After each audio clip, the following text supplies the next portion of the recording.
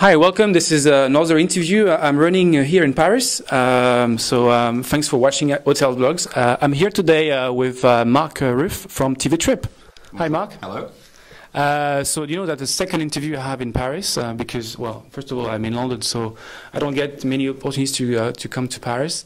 But the little story is the first one was about also videos and hotels. So a year ago, I've interviewed Thomas from Trivop. So today it's great to actually see what your perspective about how you've been running TV Trip. And my first question would be, where you come from and why did you create TV Trip? So I have almost 20-year experience in the travel industry, 10 years in the offline business by working for airlines, and the last 10 years I've been trying to develop the online travel industry, mainly at Expedia.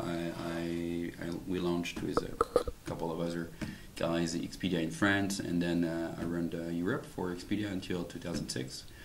And after that we decided it was time for us to create our own venture, and that's where TV Trip started 3 years ago with a very simple proposition, just to help customers find the right hotel through a professional unbiased video. Okay. And in terms of setting up the company, did you go through your personal money, or did you try to find some funds from VCs straight away? How did that work? We started the company with our own funds. We are 4 funders, all from Expedia, and we have actually a very bad business model because we have to finance and create content, video content, and then get revenues from this content through the TV Trip site. So pretty quickly we had to raise money from different VCs. The 2 first VCs to come on board were Baldeton Capital in London and Part.1 here in Paris. Okay. And with a second financing round 2 years ago with AGF Equity. Okay. And what was the full amount that you raised? We almost raised 10 million euros okay. to develop the TV Trip site. Wow, that's quite a nice amount, especially today, I guess. Yeah. We don't hear that kind of money raised in 2009. Probably not. Also, I mean, there's a great story and also business model behind creating content. I must admit, probably 3 years ago, it was more difficult to convince VCs that content is going to be, and specifically rich content, is something that's going to drive the growth of the internet world. We're more in the mood of free content and social networks, and actually financing professional content was not very an idea that was easy to sell. But I think today they're very happy with their investment, and they understand the value of having a content that we own and that we can use, and that helps really customers finding the right product for TV Trips, finding the right hotel. Okay. So today, with the money that you had in the beginning, what was the core thing that you invested in? Was it more to build the team? Was it the technology? How did you start? Well, there's no business without a good team, so clearly we invest most of our money in talented people and people with passion. Yeah. The other big part of our investment are obviously the videos, setting up a production company that can easily handle up to 30, 40 shootings per day in different parts of the world. And on the other side, also building a technology that helps display the video and the content to all our customers. So today, just to illustrate that, we have 23 different sites with customers in Japan, in Brazil, or in the UK. And we have to make sure that when they want to see the video, they have the same speed and quality. So there's been almost a year just to develop a great video platform. Okay.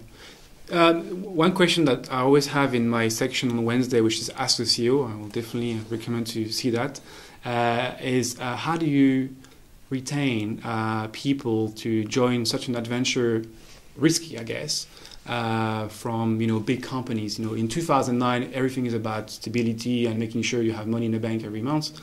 How do you get talents to join you? I guess coming from Expedia, when I had a chance to experience values and the importance of values and culture that you actually live every day when you come in the office. It's the only thing that is actually matters to me, is make sure that We don't lie to our employee when they join the company. We like to work with people we like. That the main value we have here has to be some fun around what we do. I think the product in itself is pretty sexy. I mean, we talked about travel and videos, and people like the idea of working for TV Trip.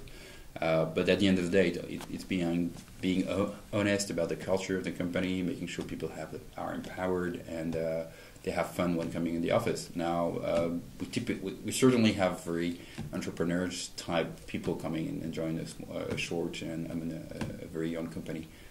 Okay, and so about the business model, so you basically have a network of filmmakers, I guess, all across the world to shoot videos. How does that work? How did you get in touch with those guys? Do you have some sort of a criteria that they need to fill to be part of your virtual team? Absolutely. That's probably the key asset that we have today is a limited number of very good professional cameramen that work for TV Trip, and we've been testing the guy for 2 years now. So if I have one good guy in London and in Tokyo, I'm very happy. It's enough. I don't need hundreds of cameramen on the world. And to be honest with you, good cameramen are very rare. And they don't necessarily want to work for TV Trip. They'd like to work for BBC or for Spielberg. So what we bring them is volume, a certain number of videos that we produce, and where they can live with that money. And that's why they're happy to work for TV Trip. So that's a key asset we have, is a small network of very good professional cameramen. Okay. And then the editing part is done centrally to make sure, because one so here in Paris. Most of the editors are based in Bucharest. Okay. We have actually some editors in London. Right. And it's important for us to control the editing part, because the value of TV Trip is really the format of the video, making sure that when the customers come on TV Trip, they find the right information within the videos. Mm-hmm. Just to summarize that, 3 key information the customer wants to see when they look and want to book a hotel. It's the neighborhood, so where is the hotel located, the street, what you normally don't see on a hotel website, so what is in front of the hotel. The second key information is the type of hotel you're gonna find. Is it a more family hotel, design hotel? What amenities are gonna find? Is the restaurant nice? Is it a fitness center, etc.? Yeah. And the last information is about the differences between the room categories. Why should I invest €100 more to go into junior suite? Is there a real difference between the junior suite and the deluxe? And that's what we show in our videos, always with the same storyline and the same time. So we try to have a very short video, an informative video, about a minute 30 maximum. So what's the optimum standard? Is 2 minutes?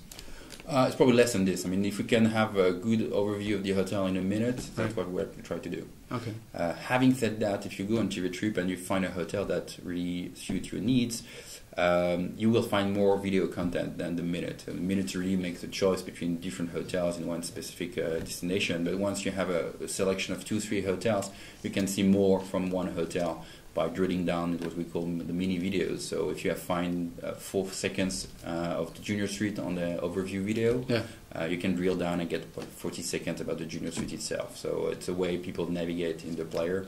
They select a couple of hotels, and then they have to spend more time on these specific hotels. Okay. Today you have a content of 4,000 hotels videos, and how do you get to see the hotels to accept, to have you filmmakers going around their hotel, and do they have to pay for it? Is it free? And what's the business model with the hotel? It's a lot of work to convince the hotel to allow us to film the hotel, their property. Because there's a privacy of the customers, I guess, as well. Yeah, certainly. No, we don't come with a camera, with a filmmaker and camera on his shoulder, and knock on the door. So it's a long sales speech. But I think more and more hotels are convinced about the value of having a video. So